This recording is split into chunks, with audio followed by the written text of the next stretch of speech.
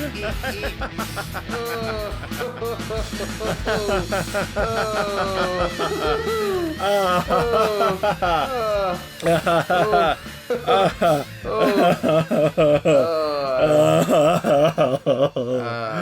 don't think I've got much. I don't think I've got much in me, to be honest. I know. I am. I mean, if this is your first episode, you're probably wondering what the hell that was about. Go back and listen to some others. Go back and listen to any episode after like 107 or whatever it is we started. Whenever we started that strange thing. But I can't even muster a fake joke tonight. No. Because the world. We're a pop culture podcast, but we are absolutely going to discuss at the top end what has been going on. Oh yeah, because we can't ignore it. This is important. It is. It would. We, as two very white men, we are not adding a perspective that is new or remotely insightful to all of this. But it's important to talk about, and to completely ignore it outright would be irresponsible. That being said, we will also get to the bullshit nonsense comic booky movie game. Yeah, there's plenty of bullshit nonsense to talk about, but I think up front we have to sort of acknowledge the fact that police keep murdering black people, not just black men. Yeah, and so the George Floyd incident brought everything to a head, and that happened, I think, on the day of our last record. So it was. I remember first reading about it, I think, after we'd wrapped up last week. Yeah. Was when it was sort of being openly discussed. Check the timeline on this. And the web was going like, so this happens. You're listening, by the way, in case you're confused, to Big Damn Cast, episode 206. I am Christopher fucking hell, man, Johnson. I am Matthew Black Lives Matter Watson. Yours is better. For many reasons. It's not my real middle name, but I think it's apt. Yeah, it's... Oh, God. So, for those who don't know, the incident involved an innocent African-American gentleman, George Floyd, who was reported to the police under suspicion of using a forfeit $20 note. Yeah. Counterfeit $20 note. So not even confirmed, like, you know, this person has just committed a horrible crime. Either a simple routine check or misunderstanding, or a systemic reaction from an employee to a large black man in the store. That itself is really odd. It's the way it happened was that, from what I can gather, is that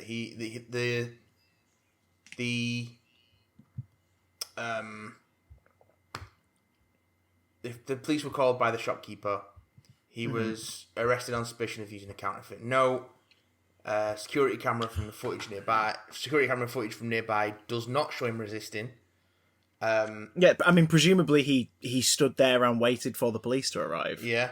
Like if the shopkeeper has called the police to deal with the counterfeit note, like he has every opportunity to go, yeah, screw this, and just leave the shop, but he chose not to. And then he's restrained by the police, and Officer Derek Chauvin kneeled on his neck for 9 minutes, causing him to lose consciousness and eventually causing a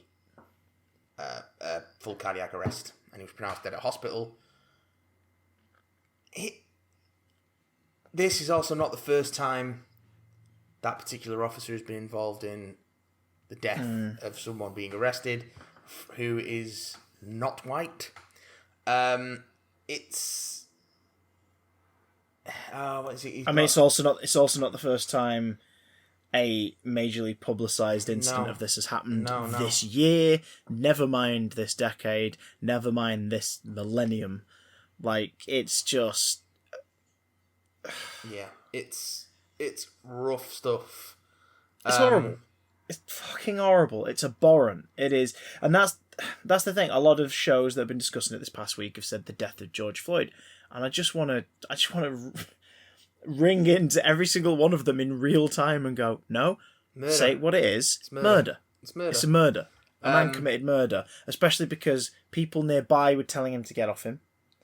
He was apparently, very vocal in the first few moments. Yeah. While he was still able to just about get what was on, get words out saying "stop, I can't breathe." Of course, essentially the moniker of the movement this past week has been using, and I can't think of a more powerful 3 words at the moment. And apparently, in his closing moments, calling for his mother. Yeah, fully grown man calling for his mum because the guy is about to die and he's terrified, and it all could have been stopped by any of the other cops around him. Yeah, by any of the bystanders, but there was one of those weird ones where the bystanders in question were being kept at bay by the other police officers. There were 3 other officers there who did not help. Derek Chauvin had 18 complaints in his official record. He'd been involved in 3 shootings, one of which was fatal.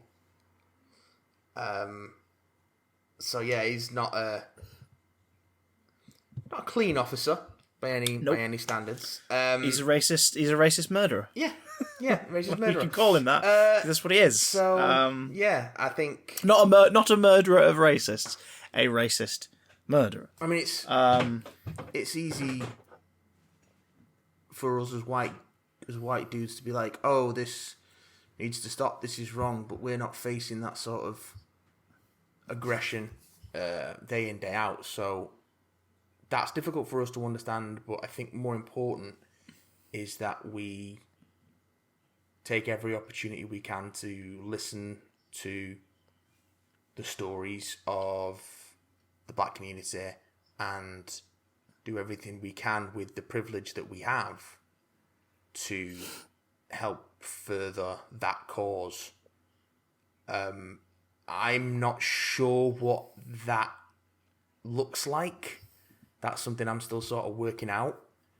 But I mean, I know in the immediate future the change that a lot of the movement, especially in the States, because obviously the protests have been the big story this past week as well, continuing on the fight back against authority, and specifically obviously the racists within the American police force, and it's the awareness is now being spread in other countries. But the immediate result they simply wanted was for all the police officers in question to be charged. Yeah. That was the immediate change they wanted, and then it was about right, so how do we completely weed this out of the American law system? Because there is a disturbingly solid history of police officers abusing their abilities and status in the United States, and overwhelmingly against people of colour, and specifically African American individuals. It's disgusting, and it's always been disgusting, and it's not like it's newly discovered. Like you said, it's this guy. I mean, this one officer has history of documented assault against, and in one instance, prior death against black Americans. The fact that he wasn't immediately put onto second-degree murder. Yeah, and it's taken till today, the recording of this podcast, for them to move his charge up to second-degree murder from third. Yeah, and even then they only put him on third-degree murder after nearly a week of the protests. They went, right, okay, we're charging him with third-degree murder. Second degree. Can't charge him with first degree currently because at the time of this recording, there is no evidence to suggest that he had premeditated the murder of George Floyd prior to that moment. So it's still murder, but it doesn't look like it was a planned out murder, which doesn't, of course, make it any less disgusting. That's the weird thing about the degrees of murder in the legal system, isn't it? It's I don't think we have that over here, do we? Not in the same way. Not in the same way. I think murder and manslaughter are a thing over here, but again, it's about definitions and all that shite. But it's and his colleagues are now, as of today, being charged, but it's not been announced what they've been charged with yet. I would have thought they should be charged with manslaughter and accessory to murder, but I'm not. I can't. Yeah, I'm not a lawyer. I am not a lawyer. But I think what I think the only way to sort of I don't want to be the guy being like, I'm white and here's how we solve racism, but I think it speaks to the fact that there's a deeper systemic problem, and I think we've both been saying for a while now that and so many people are, that the systems that are in place in the society we live in, by which they function, or don't function for some people who are in a less privileged position, a lot of people, in fact, the systems are fundamentally broken. And so I hope that this horrible incident is an opportunity for some real change to occur, but that's going to take people at the top either being forced off the top or actually making some changes. And certainly with the leadership we've got in the States and with the leadership we've got in this country, those changes are not looking likely. So I guess all we can do is support the movement any way we can. And I'm not sure what that looks like for me personally, but yeah, because it's also come at a very difficult time worldwide for everybody.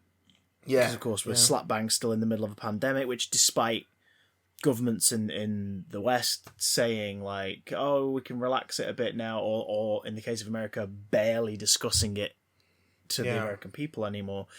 It's sort of been given the illusion that it's the A-OK to go out. So it isn't. It's not. Like, it should still only be if you have to go. If there's no other way and you have to leave your house for something, you should leave your house. So there's also that weird mixed feeling of seeing the protest, and I'm like, this needs to happen. It absolutely needs to happen. But my God, every time I see someone at those protests without a mask, I'm like, please, guys, because we need you. We need you to keep fighting. We need you to keep protesting, but you're not going to if you all suddenly get really super ill. And then on top of that, there are minority groups within the protests who are starting looting and riots instead of peaceful protest. Now, again, there's a degree of that we'll never understand. There are definitely protesters who have caused public property damage as part of the protest. But also property damage is damage to property. It's not... Again, exactly. It's something that we value too highly as it is. It's not damage to people, but there are those small groups that have been causing enough trouble that's what the media and government focus has been on. I think a lot of... And that they're using that to justify the heightened security and everything, despite the fact that it's not necessary. I think a lot of that is A, blown out of proportion by the media, and B... Yeah, exactly. Caused by the authorities. Well, that's what I'm saying. It's a small group, but that seems to be getting all the media's focus. Yeah. Because it then services the government, because the government can be like, well, we'll have to introduce higher security measures because of all these horrible protesters who are breaking things. So you've got that. But cities are introducing curfews who didn't introduce curfews during the initial lockdown because which would have been effective. But... Yeah. Oh God. Yeah. Yeah. But just they don't. And again, it shows the reaction. Yeah. The priorities in the reaction of governments. Like, the US gets hit hard by the coronavirus pandemic, and yet medical workers over there having to fashion temporary sort of reusable smocks and everything out of bin bags and foil and stuff. Yet here's the National Guard being deployed with 3-4 weapons each, completely fully stocked with extra ammunition, just to keep an eye on people who are saying, hey, maybe don't murder innocent black men. And that's all they're doing. And it's not even maybe don't. I think people are protesting with a renewed sort of vigour in the light of this. Because I think one thing that's happening is, and I've seen this said around, is that because this has happened in the middle of a pandemic, people can't look away in the way they could before. There's nothing to distract people. And people are becoming... In some ways, I think communities are becoming stronger, and those communities that have become stronger have got more of a voice. And I feel a little detached from it over here because, I'm in a fairly suburban area of Greater Manchester. Racism is something I see, but it's not something I see in that sort of violent... It's more like old people being rude. That's what I see of it on a regular basis, as opposed to people being mistreated by the police. mistreated, manhandled, murdered, all these things. Not that it doesn't happen in this country. I mean, No, of course it does. I used to live in Stockwell, near Stockwell Station, which is where Jean-Charles de Menezes was shot in 2005, sorry. Again, wrongfully by armed police. Again, it doesn't happen as much in Britain, but it does happen. Recently, there was a guy who was tased several times in front of his child. And being arrested at a petrol station for just way more forceful than it needed to be. So I think I don't know what else we can say about it other than we support just the basics. Yeah. We support Black Lives Matter. We support Black Lives. Yeah. If you can't contribute monetarily to the bail organisations that are going on in the States, because that's of course another thing, protesters being arrested, protesters,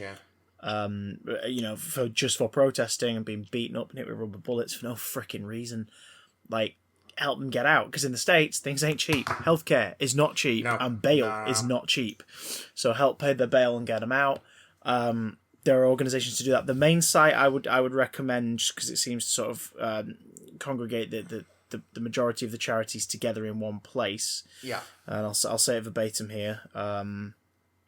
So have pen and paper at the ready, folks. Pen and paper at the ready. Pen and paper at the ready.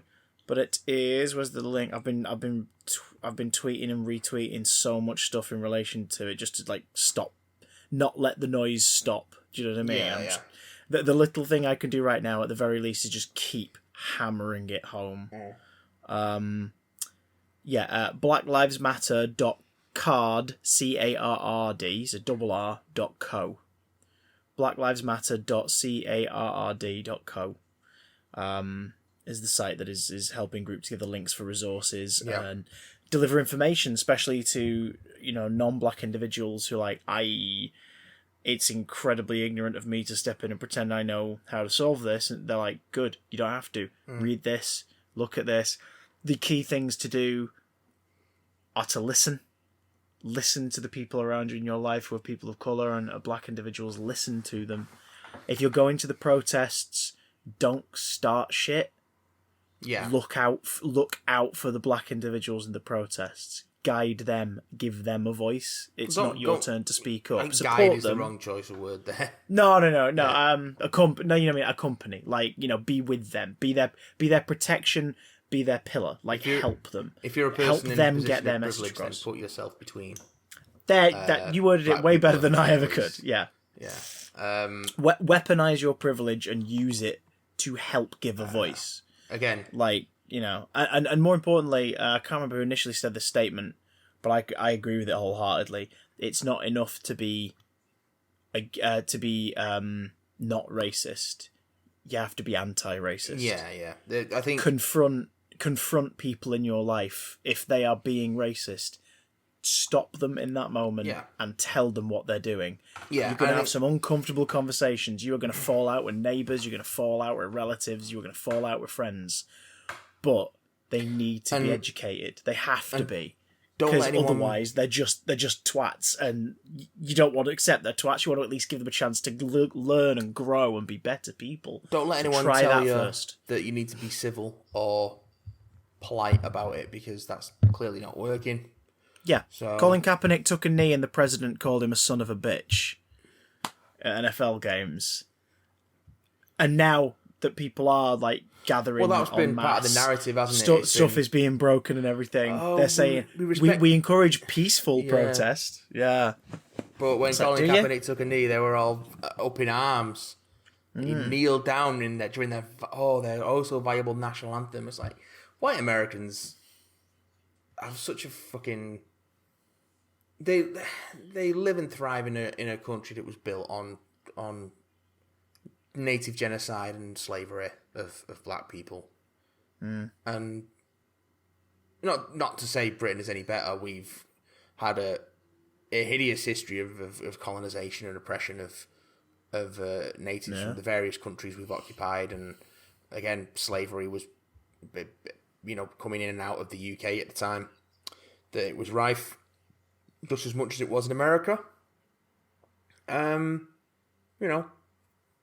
It's not like we're any better, but the only way we're going to be better is if we all do something about it rather than just continue to let it happen. And yeah, that's kind of all I think that's kind of all we can say about that. Yeah. So yeah, that's our stance on it. If you are racist, you can fuck off. Stop listening. Delete the feed. By all means, harass us on social media. I don't really give a fuck. Just fuck off. But if you're listening to this, hopefully you're not, because it's not like we've made a secret that we are pretty anti-bigotry in all its forms. So anti-bigotry, anti-racism, racists get fucked. Like, just anti-stuff. Anti-fascist. One might say. Oh, that makes us a terrorist movement now, according to the president. Fuck off, president. Fucking my ass. He looks like my ass. Let's go from. How dare you? Your ass is much nicer. Yeah, I think so. And the hair on your ass is real. Hey.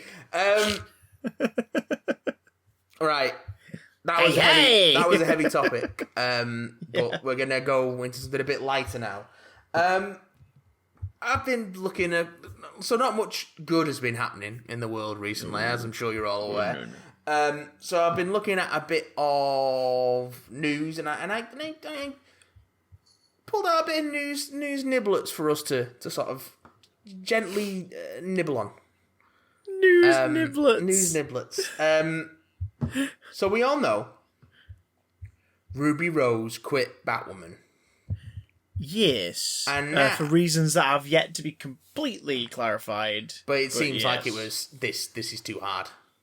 Yeah, basically. Like I injured myself, and this takes up most of my year. Yeah. Okay. So it's now been revealed. The production team are looking to, instead of recasting Kate Kane, they're just going to do a new lead character. Yeah, they're I'm trying to think of another show that's done that. Like Due South did it, didn't it? It just replaced a character completely. Yeah, but that was like 2 or 3 seasons in. 'Cause I vaguely remember that, but yeah, they. I mean, X-Files again later in its run, but X-Files did it. But like Mulder's gone, so let's just get a new character in the lead role. And I can't think of one that does it this early on. That has had to do it this early on, really. I'm sure there's one, but for the life of me, I can't recall. I might be getting confused with. No, he did like at least 2 seasons of that. I was gonna say Death in Paradise, but that's sort of part of the program. Is that every couple of years the lead changes? Yeah. So it looks like they've got a leaked casting call. That doesn't mean it was pissed out. No. It was leaked on Reddit, and then it was republished on Decider and later declared legit by Deadline. Reveals that they are looking to cast Ryan Wilder, who will be a female, mid to late 20s, of any ethnicity, which is good. Also good at this. She's described as likeable, messy. Can you hear fireworks? Yeah, they're on this end. They're on my end as well. Oh my god. For those who don't know, we live about a 15-minute walk apart. Fucking weird. And it's not Thursday, so it's not dickheads letting off fireworks as part of a horrible, as a horrible countrywide propaganda that started out as a lovely sentiment and has turned into the government's way of making us all think that we're doing our part. Yeah. But enough about. That was weird. Enough about Sorry. that. It's Ryan Wilder. It's Ryan Wilder. Letting off fireworks. So Ryan is described I've been cast. Oh. She's described as likeable, messy, a little goofy, and untamed. It's nothing like Kate Kane, the woman who wore the bat suit before her. Again, quoting from the casting call, we've got, with no one in her life to keep her on track, Ryan spent years as a drug runner, dodging the GCPD and masking her pain with bad habits. A girl who would steal milk from an alley cat, could also kill you with her bare hands. She's the most dangerous type of fighter, highly skilled and wildly undisciplined. An out lesbian, athletic, raw, passionate, fallible, and very much not your stereotypical all-American hero. What I like about this is that could have been a non-obvious casting call had they just removed the term batsuit. Yeah. Thingy, was it Kate Kane? But again, it didn't and GCPD. It didn't if they need just to said, to be fair, it's only because it got leaked. So is Ryan Wilder our protagonist's name, or is it a pseudonym? Well, that's the name that's for? on the leaked casting call, but whether that'll be the name of the character in the show remains to be seen, because they sometimes use placeholder names for this, but it doesn't seem like they're making any sort of play at secrecy. Has anyone else had the mantle in the comic of that incarnation of Batwoman? Not as far as I'm aware. So this is them going, well, we have a whole sandbox to play in, and we're bringing a new Spade. Yeah, I'll be interested to see how it affects the ongoing story arcs. Not that I know what they are, because I haven't watched any Batwoman, but I'll still be interested to see how it turns out and how people react to it. If Alice is the main baddie going forward, where's the dramatic weight compared to when it was Hush the is sister supposed of to be the main baddie going forward? It seems to be the direction they were heading in, and what they've been talking about. So they're actively looking to cast within the LGBTQ plus community, which is also good. More representation. Massively smart move as far as representation goes. So hopefully we'll get a cool actor filling that part, and season 2 of Batwoman will be cool, if not cooler. I know Stephanie Beatriz of Brooklyn Nine-Nine has expressed interest in taking on the role, so there we go. Saw that. There is that. You'd be mad not to, I think, but hey, what do I know? Many things. Go for someone up and coming. It's a blank slate. Take a LGBTQ plus person of colour, make them a household name. This could be a career maker for someone, and Ruby Rose then sort of by just sort of progression of the show will have been a star maker for someone else, because there'll be people who get into the show because they want to see Ruby Rose, and they'll watch it, and then they'll stick around, they'll watch the new person and go, oh, they're really good, and do that thing that Hollywood and American TV sucks at doing, the whole if we put a name no one recognises in the lead, no one will see it. Interesting how all the names people recognise are white people. Yeah. All right then. How about you make a star? In this case, they've decided to do that. So good on them. Good on the CW. That really does need to change. So. And the fact that it's not Kate Kane, I think, is the main. But it's possible the main reason that they've decided not to make it Kate again is so that they can cast the net wider in terms of who visibly will be on screen. Let's make this show. If you just recasting, because I'm not sure Ruby Rose is ethnicity and stuff, but I'm sure if they were recasting the character, they'd just be trying to get somebody who looks like Ruby Rose. Yeah. Whereas now, it's because it's one of those where it's doesn't really matter who plays them. To be fair, but also it would be odd if suddenly the character completely changed ethnicity between seasons. You would go, that's a bit visually sort of distracting. It's going to be. I know that sounds weird. Other types of shows could get away with that, with there being no problem. You just go, yeah, sure, whatever. I mean, the Catwomen in the original Batman TV series are all the same Catwoman. But one of them is Eartha Kitt. Two of them are white and one of them's black. And just, why not? Because it doesn't really matter. But that is a comedy series where celebrities play the villains. So it's sure, whatever. Whereas in this, it would make people go, huh? So they've made the smart call. Instead of having a difficult conversation, they've gone, this isn't difficult at all. Brand new character, open season for the right actor. We just meet somebody and we go, she's amazing, or they're amazing. Get them in this show now. Yeah. And that's the right way to do it. Well done, CW, by Jingo. That's, of course, if they do follow through on that, but one can only hope. We'll have to wait and see. Another bit of insider casting leak, unconfirmed stuff. Oh. So apparently, there's been some rumbling. Leah Michelle is a massive racist who treated all of her black colleagues on Glee horribly. We already knew that. That's already out there. Go to Twitter if you want the receipts. Yeah, it is. I mean, some sweet tea, some sweet tea, spicy takes. So there's been rumours going around that because of the production delays because of coronavirus and the COVID-19 outbreak, that although we are going to get, pardon me, Falcon and Winter Soldier and WandaVision on Disney Plus this year, we're only going to get half of each. Oh, they've confirmed that they're doing it as like Series 1A, Series 1A, and then we'll get Series 1B later. It's not been confirmed, but it's going out there. But what is also going out about there is apparently Evan Peters has recorded his role for WandaVision. Yeah. Well, the news there being that A, he was casted it in 2019, and B, has completed whatever filming he had on it. Yeah. So again, which either meant they found ways in social distancing to do it, because it's entirely possible to shoot. He would have done it already before production shut down. So they must be confirming it now because maybe it's about to be out there in some way, out of their hands. It's just because usually Disney hold on to the surprises as long as they can. Yeah, it's just from the rumor mill, I think. So it seems like he's in that in some fashion.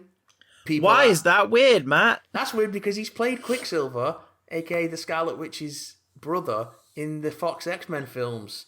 But Quicksilver, where the Scarlet Witch is a not his twin sister, but a tiny young girl in the household in the background in one scene. Yeah, he has played the role that Aaron Taylor Johnson played in Age of Ultron and in the Disney version.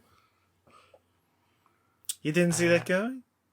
So that's interesting. I wonder what part Evan Peters will be playing in WandaVision, if indeed he's in it at all. One can only speculate. Yes, especially after yesterday, where he retweeted and liked a racist tweet, and then immediately removed it once people started to point it out, and put a tweet saying, "Oh, really sorry, guys," having not tweeted anything else about Black Lives Matter or the riots in 2 weeks. Not a good look, Evan.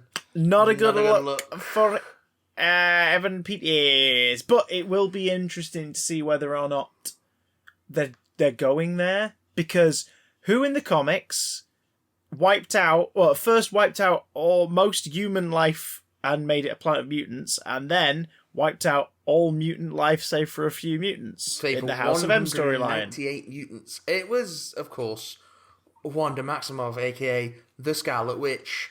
After her reality warping powers were manipulated at first by her father and then sort of in tragedy by herself. This series is about Wanda Maximoff. Definitely looks like she's hopping realities in some way or shaping reality, because she's talking to Vision and she's in several eras of like a sitcom style kind of household. I'm fascinated by what that show is going to be. Kat Dennings is in it as Darcy, who we last saw in the first two Thor movies, working with the team, Jane's team, that are looking at other dimensions, interdimensional travel, rifts between realities. So, and this movie is this TV series. The events of it lead directly into Wanda's part of the story for Doctor Strange in the Multiverse of Madness, which is about multiverses. Are Disney about to backdoor mutants into the MCU via a reality-shifting event? Possibly. Who could say? And they'll probably call them miracles, and then there'll be like the racism faction where people refer to them as, no, they're not, they're mutants, they're abominations. And that'll begin their version of like why there are suddenly mutants everywhere and why people are being aggressive about it. One can only speculate. Will we get a Kick-Ass 1 reunion between Evan Peters and Aaron Taylor Johnson? Oh. Will they make out this time? Will they be Quicksilver each and make out? Will anybody please give some validation to my DeviantArt account? Listen, Tumblr wants to know. This Sonic OC is mine. Do not use. But on the subject of things that no one asked and no one particularly wanted to know, David Ayer's been out there Christ. Again, talking Does he have to go anywhere? Can he not be in lockdown for at least another 3 years? Well, can we go back and put him in lockdown in 2014 through 2016? So, of course, there's been talk about what, in the wake of the Snyder Cut of Justice League being announced, there's also been some talk about the apparently copious amounts of material that was cut from Suicide Squad. David Ayer's Suicide Squad. He's been out there saying, we shot loads of stuff. And, again, this is quoting from David Ayer on Twitter. The first trailer nailed the tone and intention of the film I made. Methodical, layered, complex, beautiful, and sad. After the BVS review shell-shocked the leadership at the time, and the success of Deadpool, my soulful drama was beaten into a, scare quotes, comedy. And he said, this was reshot because the tone was too dark. My first act was a normally constructed film. I took my inspiration from Christopher Nolan. There were real scenes with incredible acting between Jared and Margot Robbie. Joker was terrifying. Harley was complex. I don't believe you, David Ayer. I don't believe him at all. I don't believe you. I believe that some of the editorial control was taken out of his hands as a reaction. I totally believe there is a pre-reshoots version of that footage and more besides. I just don't believe that it's as good as he thinks it is. Yeah.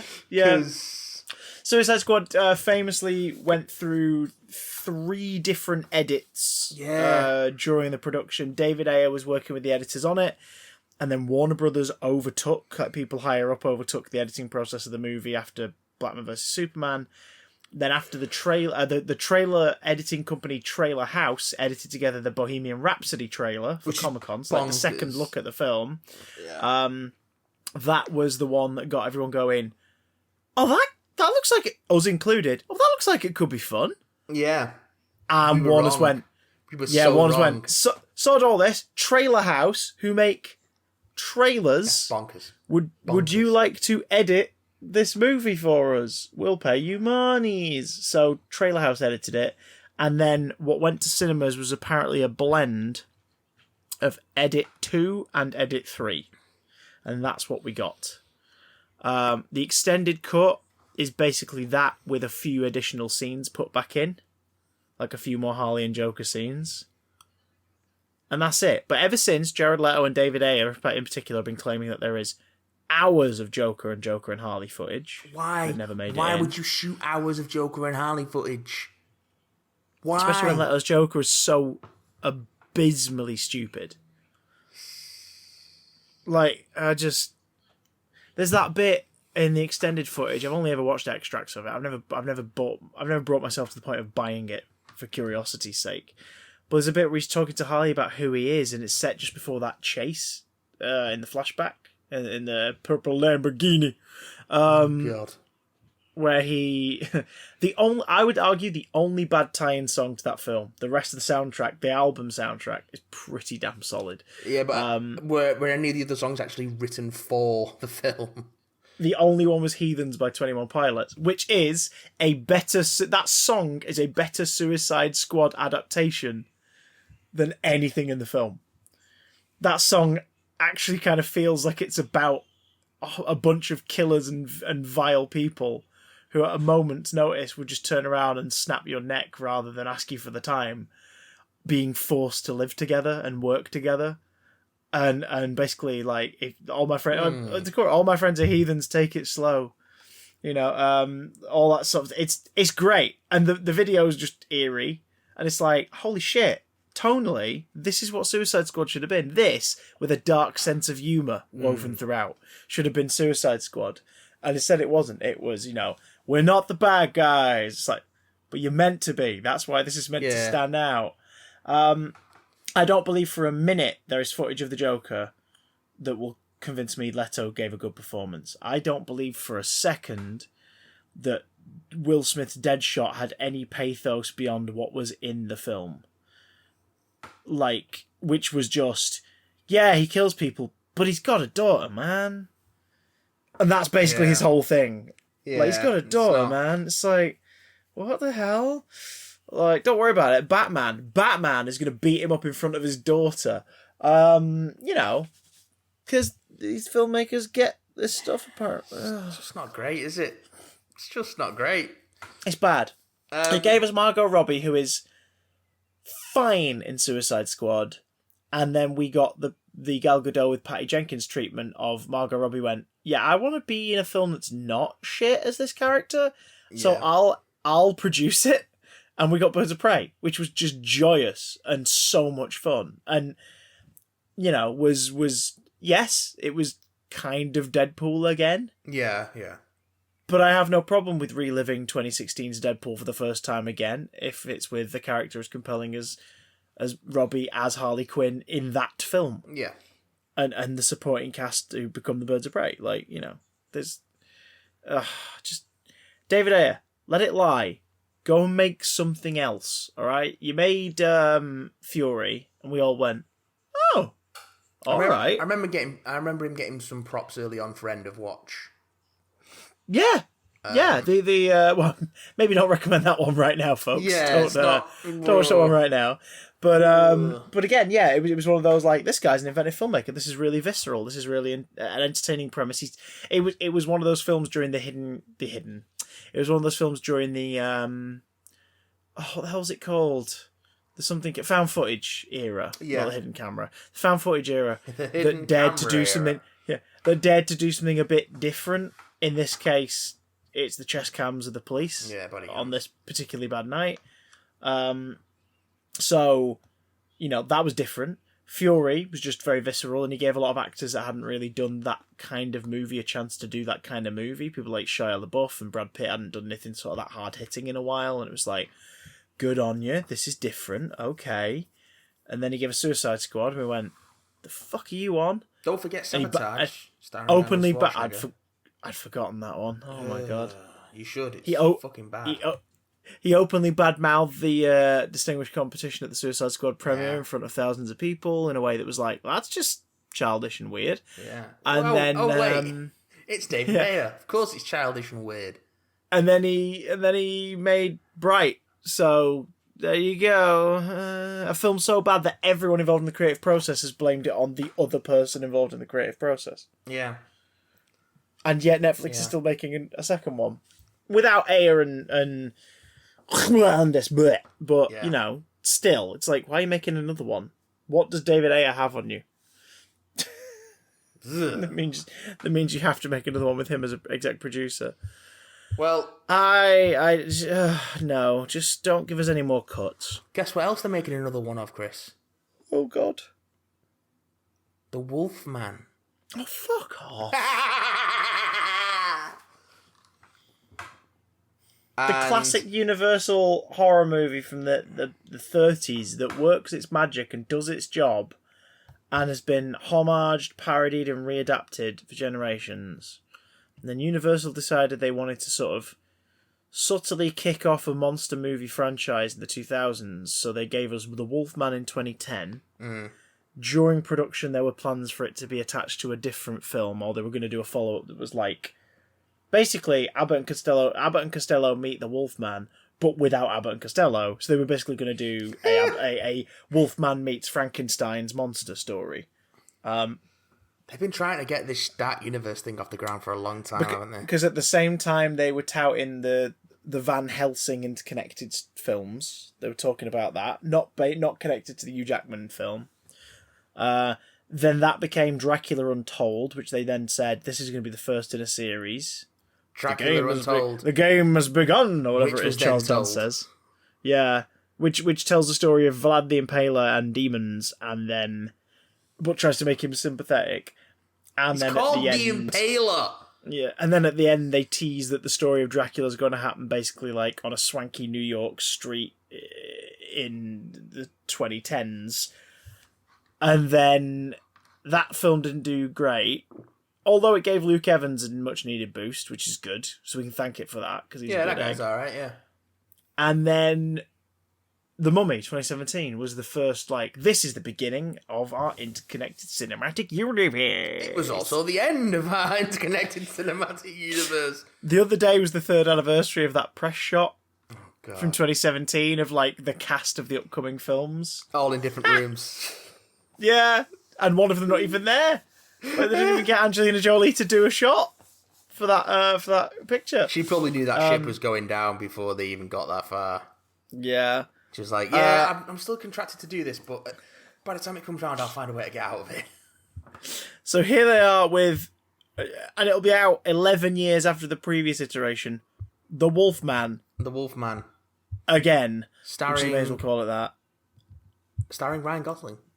Yeah, which makes me think he's getting frustrated waiting for Disney to let Guillermo del Toro's Haunted Mansion film happen. So he's like, I'm just going to do another horror. I'll do another horror somewhere else. Apparently he pitched this to Universal.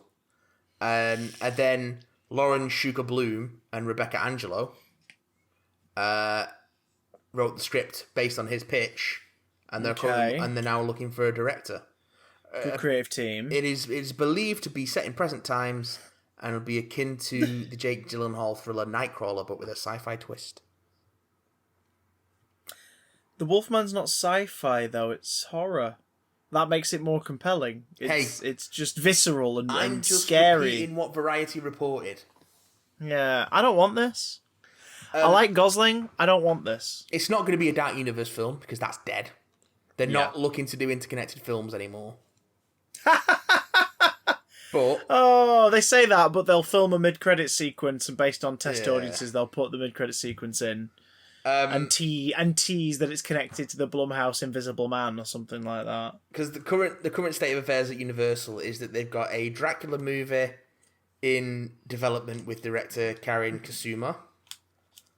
Paul Feig is working on Dark Army, which sounds like a basically version of the Monster Squad. Yeah. James Wan is producing a Frankenstein movie. So they have got stuff going with those properties, but they've clearly moved away from the Dark Universe because that was going to be so good. I don't want any of these things. I'm not interested. I don't want. Speaking of don't want and not interested, I might have to see Scoob.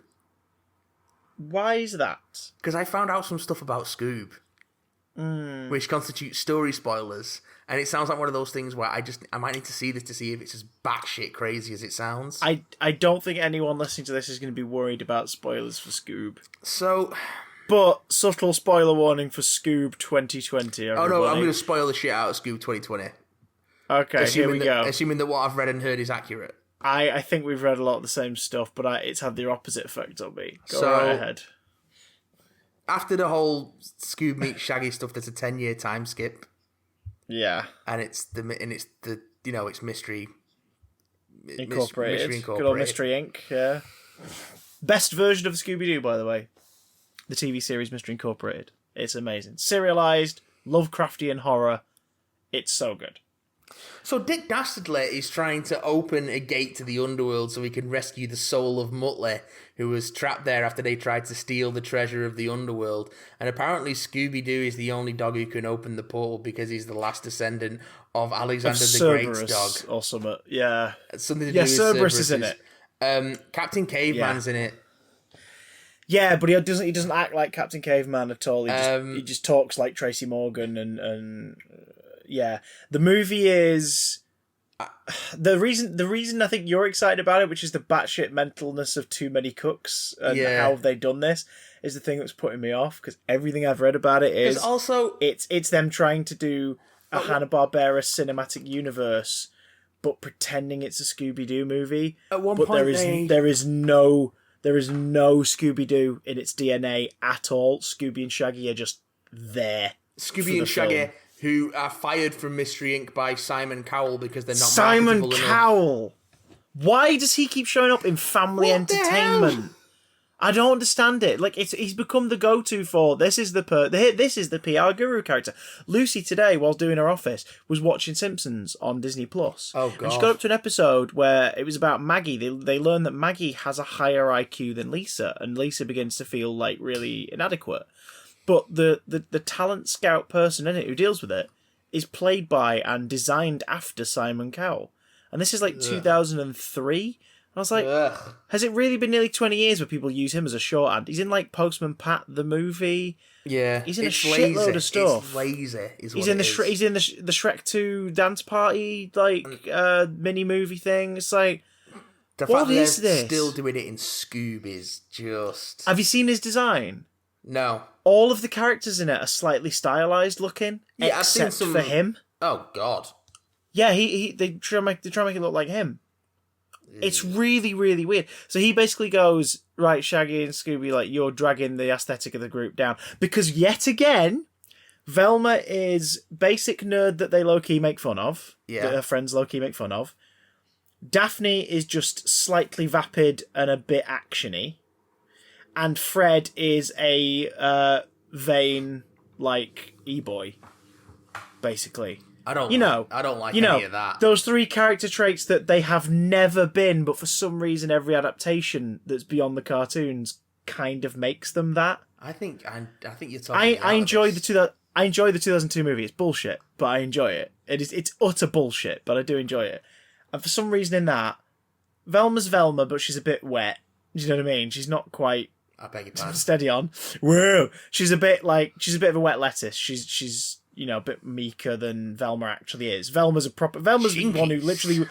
one who walks right up to the damn monster at the end and rips their face off. Do you know what I mean? She's like, it was this old twat. Send him to jail.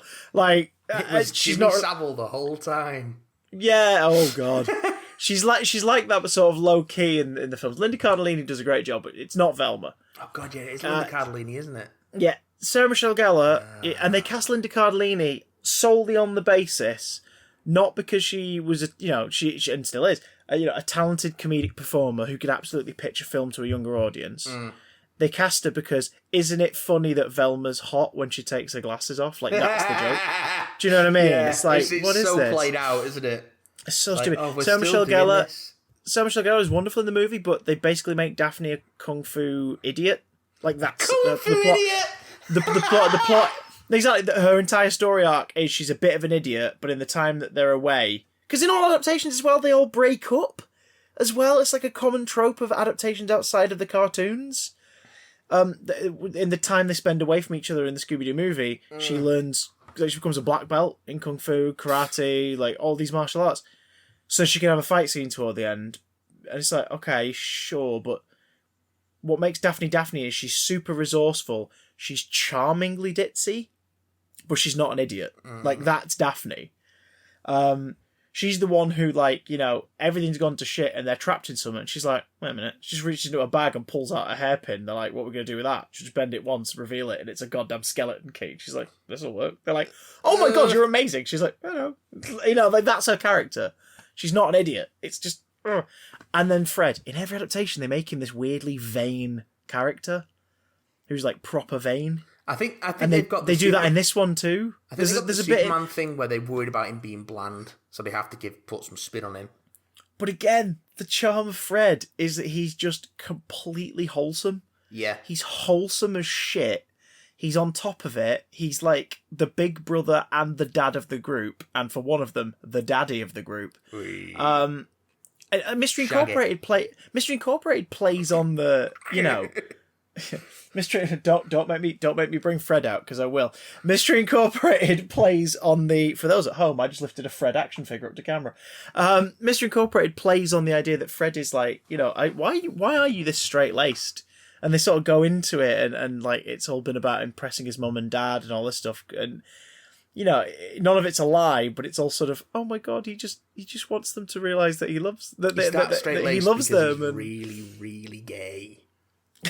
For Daphne. Oh, wait a minute. Yeah. And Shaggy always seems to be done right in every incarnation, but in this one, the common complaint is that Will Forte, as funny as Will Forte is, just ain't it, Chief. Like, he just ain't it, Chief. It ain't Shaggy. I feel like I've said that about a couple of things with Will Forte in. No, but it's that whole thing of like his voice in this is just sort of, it's like 5% the character voice you'd recognise. Yeah. Anyone could do an impression of Shaggy, and they'd hit 5 or 6 little traits in their voice, and you go, "That's Shaggy from Scooby-Doo." Yeah. Will Forte's like, he's hitting like one of them, and that's what it is for the whole film. And there's the whole board played out, friends split up, and then these two are best buds, but then they split up because this one's doing this thing and this one's doing this thing, and the whole film becomes a Blue Falcon movie with Dynamite. That's weird. But hey, and it's not Blue Falcon; it's the son of Blue Falcon, played by Mark Wahlberg. So you know that performance is going to be good. All right, moving on. Yeah, it's just the only things I've heard about it that are like, this is really good is the animation is beautiful. Like, it's that Warner Brothers CGI thing they've done for the last few years, starting with Storks, where the animation of their CGI operates on the 2D logic, and it just, as a result, it's fluid, it's really pretty. The slapstick is excellent. The direction is really good. They're making use of the angles and the character silhouettes to play it up. There's one shot in the trailer and stuff of Dick Dastardly whipping off this disguise, and he's got this kind of hunched over frame. He's looking a bit more swole than he did in his Wacky Races days. Yeah, but he's like filling the frame, and it's on a weird Dutch angle, and it's like, that looks great. Jason Isaacs is apparently really entertaining as Dick Dastardly. Well, colour me surprised. It's fucking Jason Isaacs. It's weird. That was the first sign to me that it was going to be weird. But they said the film is going to be Scooby-Doo and the gang and a brand new animated adventure as they fight Dick Dastardly, and I was like, right, it's going to be a cinematic crossover. They're trying to start a universe. And you know why what? else would you put Dick Dastardly in it from Wacky Races and Catch the Pigeon? Why is he the villain of the Scooby-Doo movie? What is going on? That's the whole film. Apparently, it's just trying to start up something. There are references to Hong Kong Phooey. That's got to be a difficult character to do nowadays. Yeah, well, just don't do him. Just don't do him. One don't. Yeah, there we go. That's the Hong Kong Phooey reboot sorted. Just don't. But I fell down, I think, the same rabbit hole you did of just going, wait, what? And trying to watch more for this one. Well, I do love that property. I love it a lot, and I'm like, I hope this film's okay. Let me see if it's worth me buying or renting. I was listening to my brother and me, and they were talking about it, and they started getting into the wild shit, and I was like, this is just them doing a bit. Because Kanisha heard it as well, and she was like, this movie sounds weird. I was like, no, it's just them doing a bit. It's just them doing a bit. And then a couple of days later, because it was gnawing at Keeks, she looked it up and was like, no, everything they said actually happens in the film. I was like, oh shit. Oh shit. It's like, this is real. They weren't bullshitting. This is an actual thing. Although it does raise the question, if Shaggy has to stay behind in the underworld to let Scooby free, dogs don't live that long. And they've known each other for at least 10 years. How much has Scooby got left in it?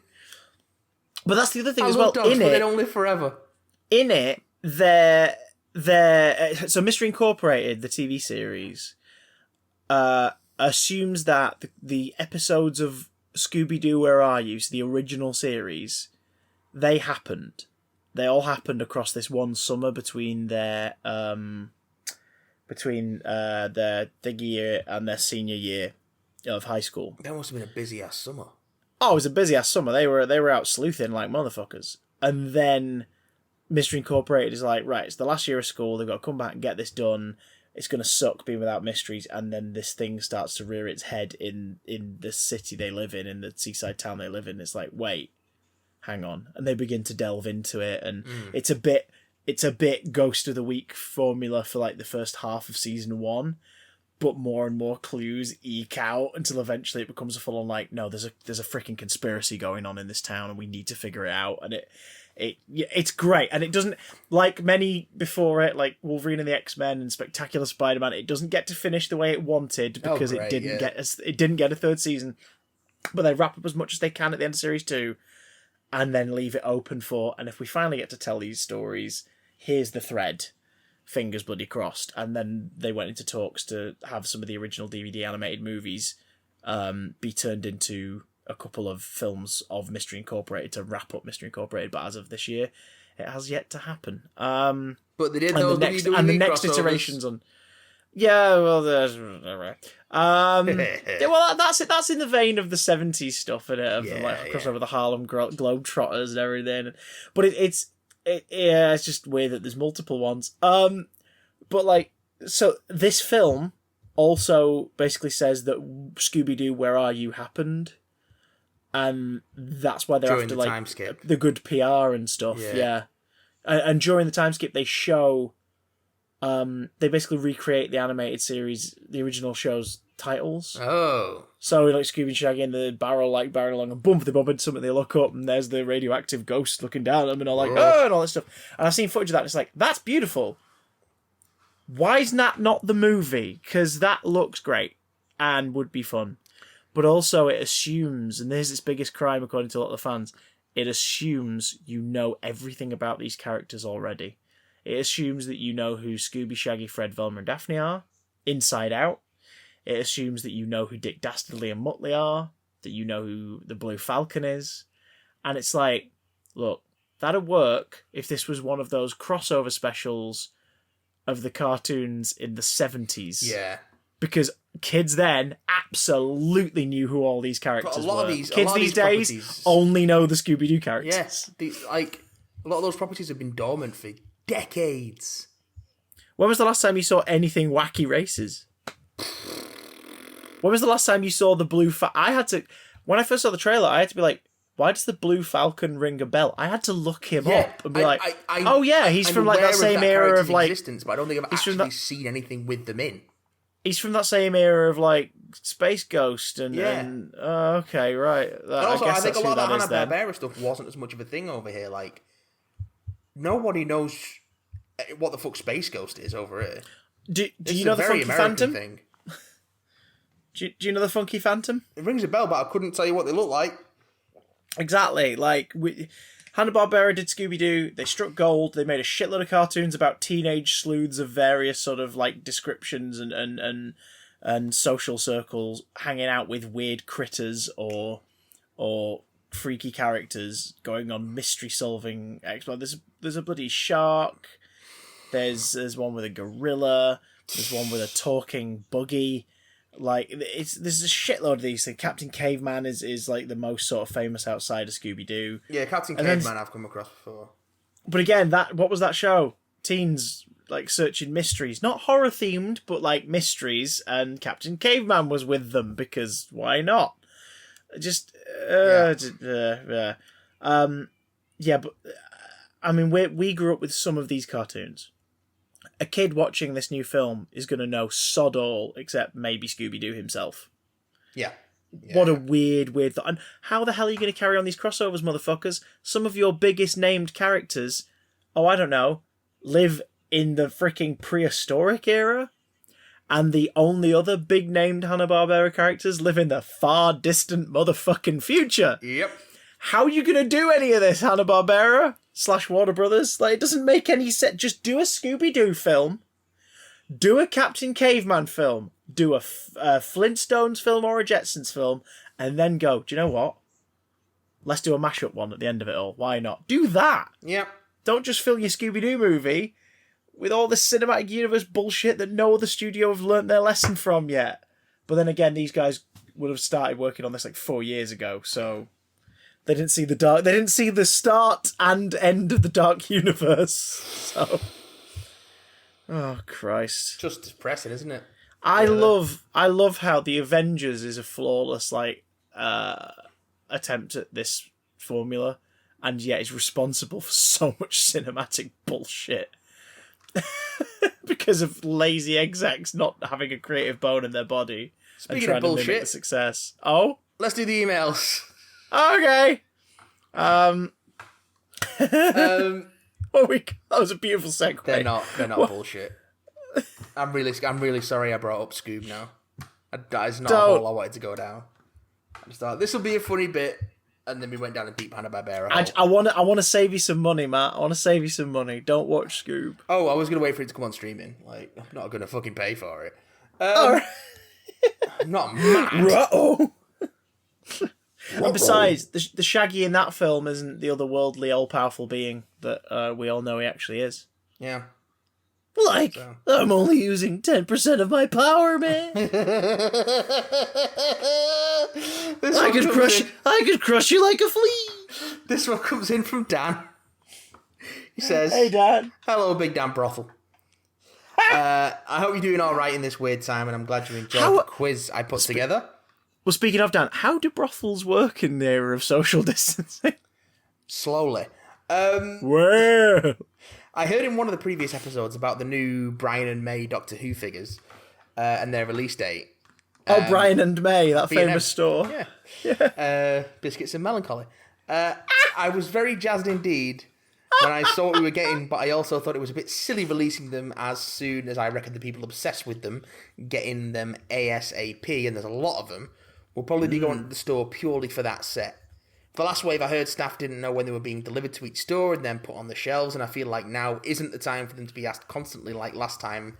Old man yells at cloud, let's move on. Yeah, I think that's a fair point, Dan, actually. I think character options or whoever it was who released the statement should have made a point of saying, these will be released later this year. And just tell everybody, stay the fuck home right here now. When they're here. Because they're really the only people they're telling...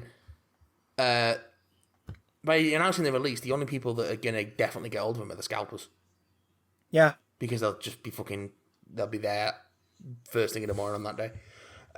Staring at the tiny plastic Romanas going, I'll be there for you. Oh, I'll resell you for 90 quid. Yeah. I'll be there for you. They better not be, because it's the first time in forever where I actually want two of the sets. But I want the unit set and I want the Companions of the Fourth Doctor set, and then I'm done. Yeah. I'm happy then. That's not that. I want me a Benton. Those are a lot of the figures that people would have wanted to start with when they started doing classic figures. But they stretched it out for so long. It's understandable, but, you know, it's toys. They had to wait until there were enough reusable body parts. I managed to catch Bumblebee on TV not too long ago, and it blows the rest of the Transformers films out of the fucking water. And my God, that Cybertron sequence. So thank you, Matt, for recommending it on the podcast.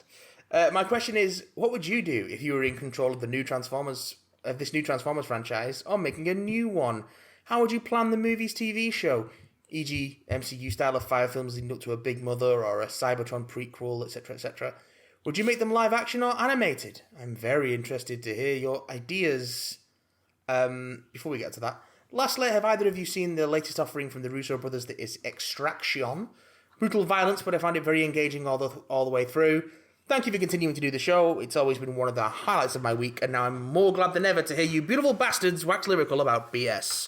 Lots of big damn love, Dan. Thank you, Dan. Thanks, Dan. Dan man. First off, I haven't seen Extraction, although I hear it's good, and it's the Netflix sequel original, right? Yeah, with Chris Hemsworth. Yeah. So, but yeah, I should check that out. Transformers. What would I do? More than meets the eye. I'd make it fun. You'd make a feature-length version of the TV commercials for the toys. Yes. It'd just be kids. It'd just be kids next to sandboxes, staring down the barrel of the camera, going. I'd definitely take character and narrative cues from the IDW comics that came out between 2006 and 2018, I think. Although the license reverted? No, they rebooted it. Oh, for no particular reason. They rebooted it. They've restarted it with a whole new creative team, and it's gone back to pre-war Cybertron, the rise of the Decepticons and all that stuff. Like the rise of the Decepticons arc was about to start when the outbreak hit, so those issues are still not released yet. But it was about to kick off. So, yeah, particularly the second half of it, what was called by IDW Phase 2. So that's the Mother Meets the Eye, Robots in Disguise stuff, which later led to... I'm going to hit you through this phone the next time you do that. Ow! So... Right on my allspark. You hit me in the wikis. I think it should be live action, but more focus on the robots as characters, and probably have them done by a mocap. Yeah. So do it sort of fusion of Lord of the Rings style, where they're done separately, but they're done with mocap to scale with the human actors.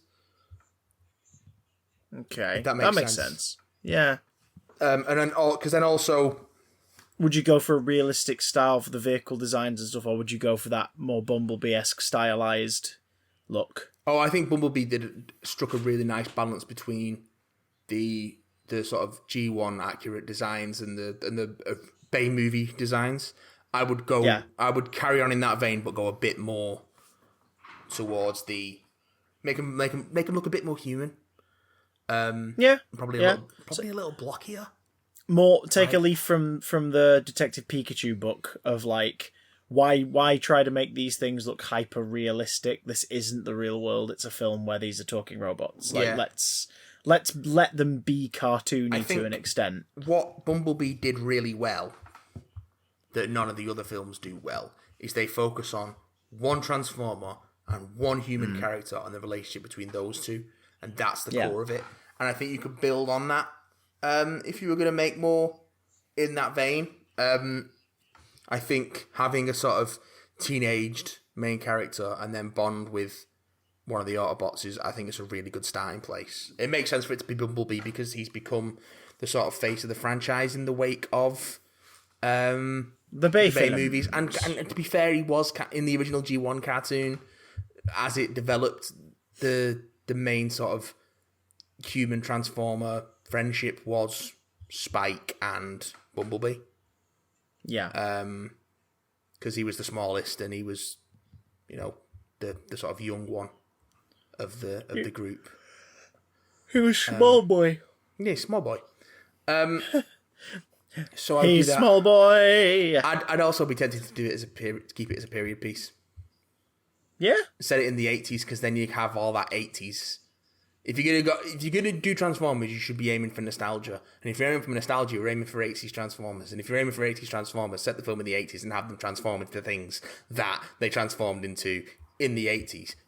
Like in the bloody 80s. Yeah, do your flat nosed Optimus Prime truck that you got in the Bumblebee movie. Do your VW Beetle. Do your Soundwave as a tape deck, and he has cassettes. Do that.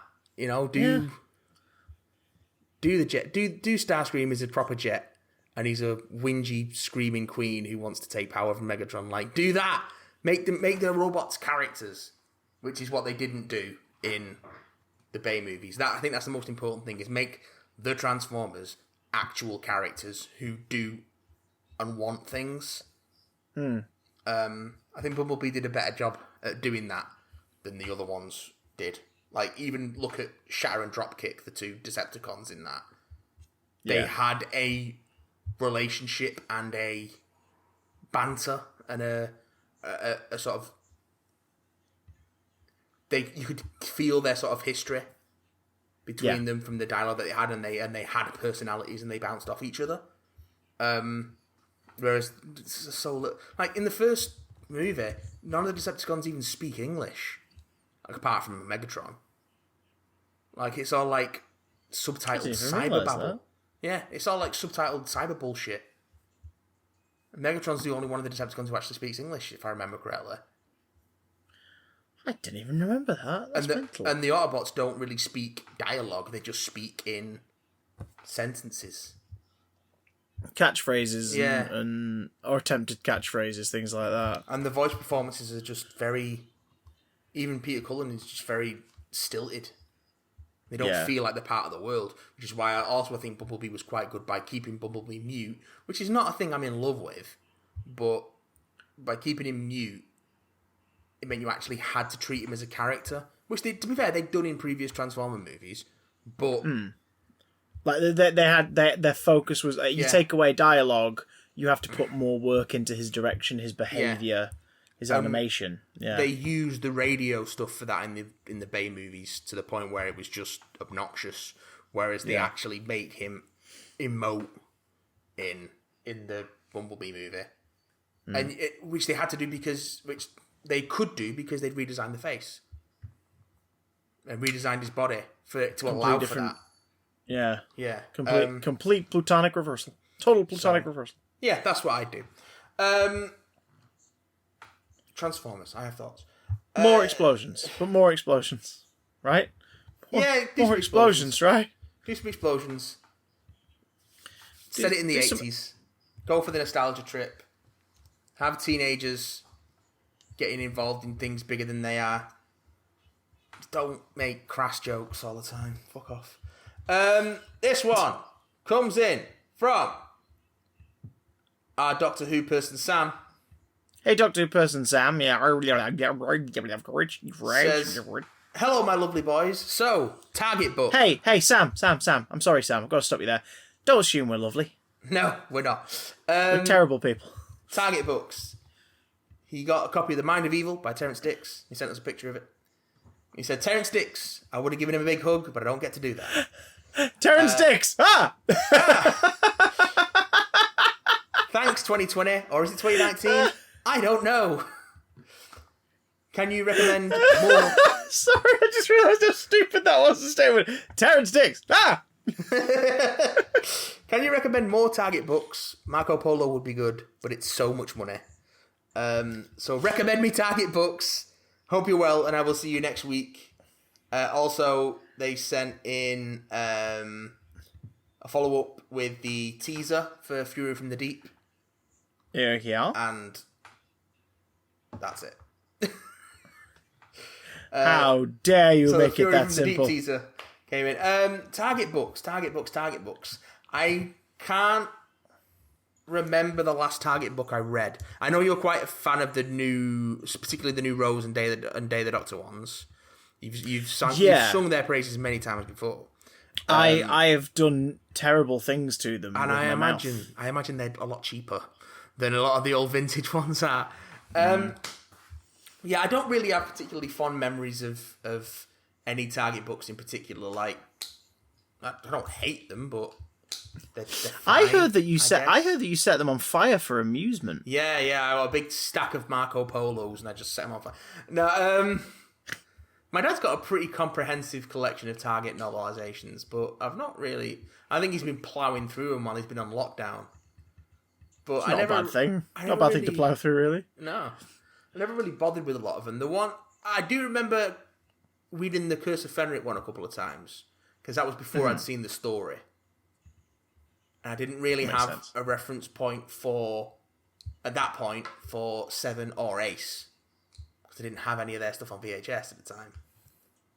So that was your intro to them. And then also going from that into some of the early Virgin New Adventures. And that was a later one, Curse of Fenric, obviously. But yeah, I mean, I don't have like strong memories of any of them enough to be like, check out this one. People speak quite fondly of the ones that Ian Marter adapted. And also, I think the Seventh Doctor ones are generally quite well regarded, especially the ones that were sort of expansions of stories that were curtailed for TV, like Curse of Fenric, like Ghostlight. But yeah, I couldn't give you any more recommendations than that, really. What about you, Christoph?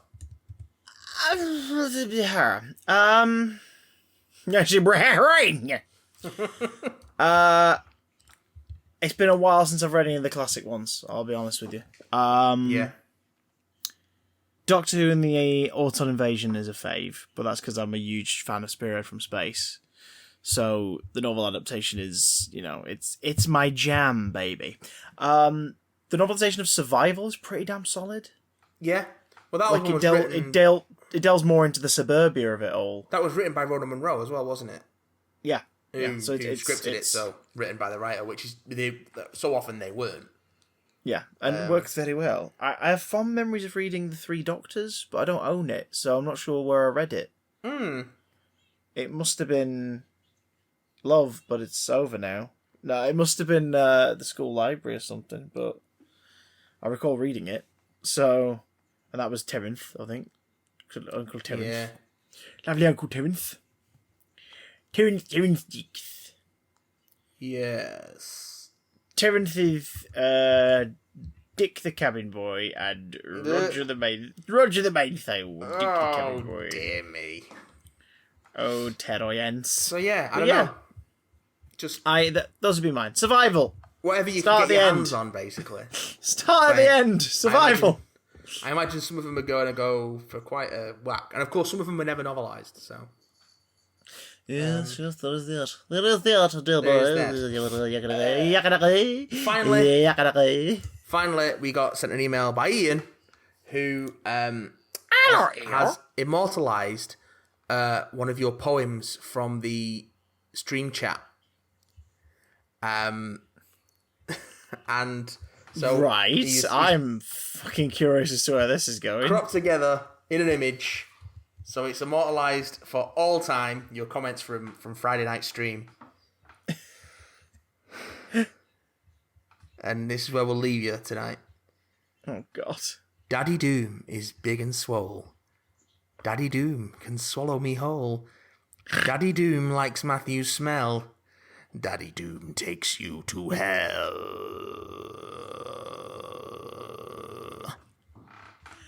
Well, if there are any publicists out there looking for the writer of erotic poetry, I'm taking all offers on board. So thanks for putting up with us for another week, folks. As you know where to get hold of us, at Big Damn Cast on Twitter, twitch.tv/BigDamnStream, BigDamnContact@gmail.com, all that bollocks. Big Damn Channel on YouTube. Stay safe. For look all after of our each other. stuff, yeah, you can find all of our stuff on there, so it's all worth a gander. Yes. You dirty, dirty boys and girls. Stay safe. Look after each other. Black Lives Matter. Eat the rich. All that good stuff. Wash your damn hands. Yeah, wash your damn hands. Fuck Dominic Cummings. Please. Yeah. Just stay safe. Look after each other. Be good to people. And happy Pride Month. Oh shit! Yeah, it's Pride Month. Happy bloody Pride Month. Celebrate any way you can. Please have but a just happy stay Pride safe. Month. For the love of God, have a God. happy Pride Month. If there's one thing you can do, have a happy Pride Month. We love you all. We love y'all. Catch you later. Well, we need to get back into character. Stop being soppy. Oh, no. Oh. Promises.